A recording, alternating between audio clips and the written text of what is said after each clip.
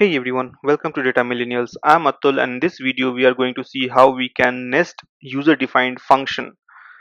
So the concept of nesting of function is to define one function within another function. Due to simple recursive scoping rules, the inside function is invisible to the outside function, but it can access all the local variable of its immediately closing function as well as of any function which in turn encloses the function.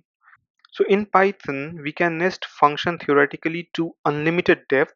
However, for better readability and interpretation, only a few levels are normally used in practical program. So let's try to understand how we can use nesting of user-defined function with a simple example, okay? So we'll write a code that will nest the user-defined function without using the return statement, okay? So let's say I am going to define a function welcome. So this welcome function will basically greet the user saying that welcome to Data Millennials series of Python for Data Analyst. Okay, now I'm going to define another function. Okay, so let's say that I want to reverse a particular number and the number should be given by the user. Once the user gives the number, it should get reversed. For example, if I give the number as 1 2 3 4 5, I want the number as 5 4 3 2 1 to be printed on the screen. Before printing that, I want the user to see this line, welcome to Data Millennial series of Python for Data Analyst, and then the output should be over there. Okay, so we are defining two function, welcome, and we are defining a new function which is reverse number. In this function I'm going to take one argument, and then within this function I am going to call my another function which is this welcome function. Okay, after this welcome function I'm just going to define the body of this reverse number. Okay, so I'm going to declare a variable reverse is equal to 0, and then I'm going to use a while loop saying that while the number is greater than 0, if it is, then get me the reminder of this number which is divided by 10. Okay, now take the reverse variable and multiply it by 10 and then add it by the remainder. Okay, over here, keeping the BODMAS in our mind, we need to put bracket. Okay, now at the last what I want to do is that I want to take the num and divide by 10. Now I want to print this reverse. Okay, or let me put one statement also over here. The reversed number is this reverse. Now if I have to call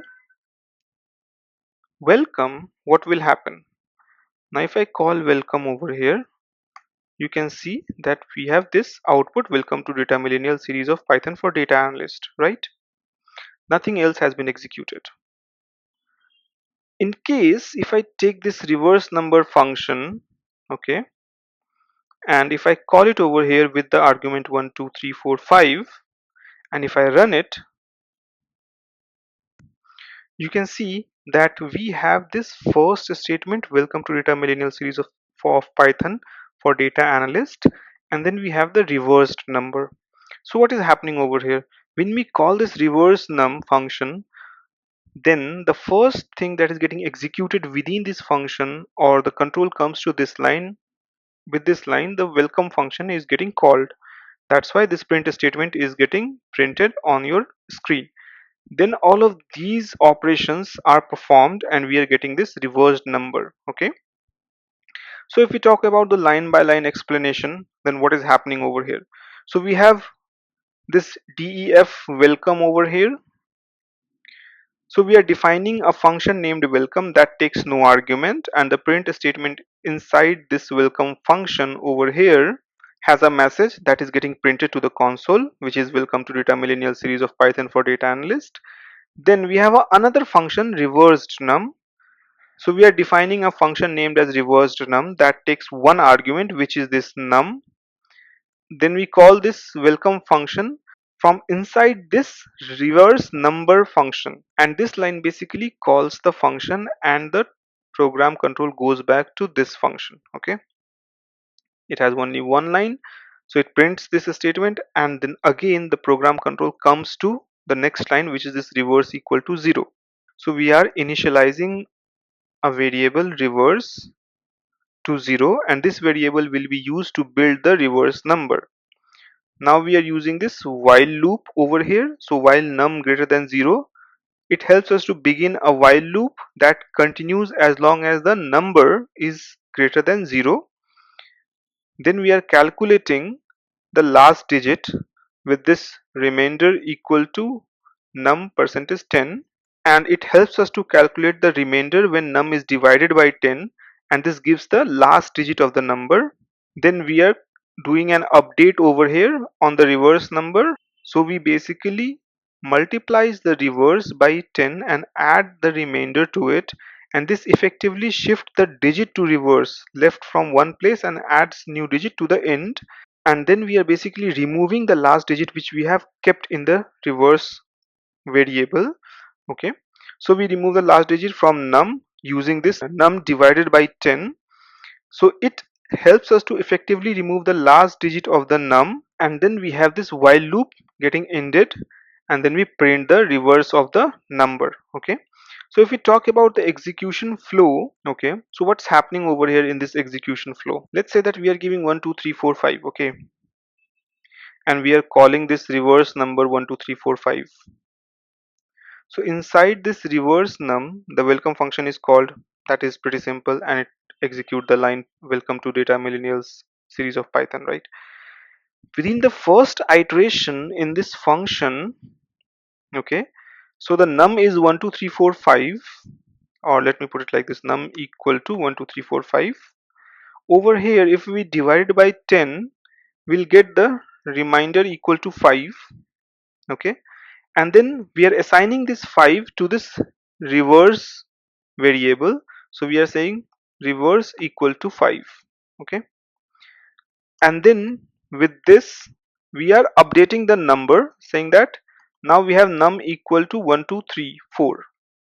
Okay, this is your first iteration.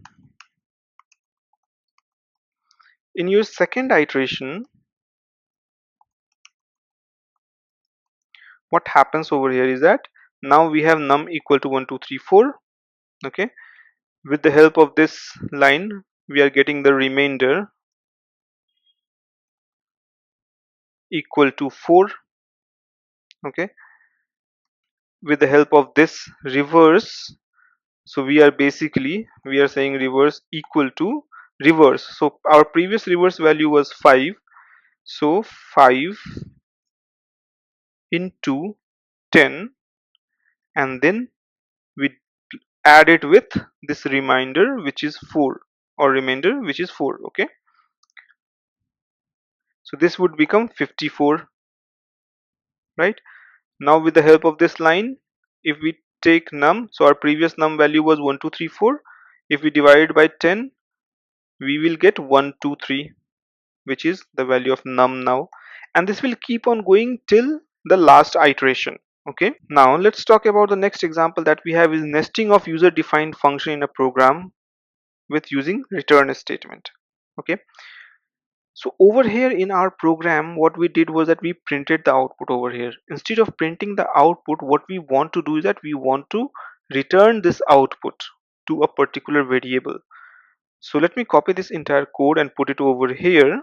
Okay, now what I'm going to do is that I'm simply going to return this reverse number instead of printing it out over here. So I'm gonna say return this reverse number. Okay, and I am going to save this reversed number into a new variable. let's say it reserved number value, sorry, reversed number value, reversed number value equal to this reserved num, which is my function, and we are calling this function with this output 1 2 3 4. Okay, now we are going to print it, saying that print the reversed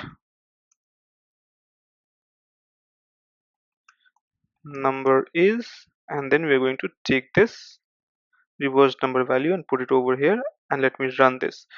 So again we are getting this first line because we are calling welcome from inside this function, and then we are getting the reversed number. So in our previous example we printed it out over here, right?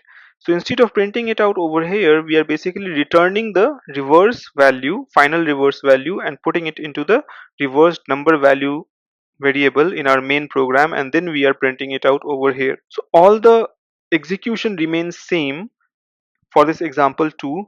The only thing that changes over here is the return statement instead of this print statement. So this is a very basic example of nesting the user defined function in Python. Happy learning and see you in the next video.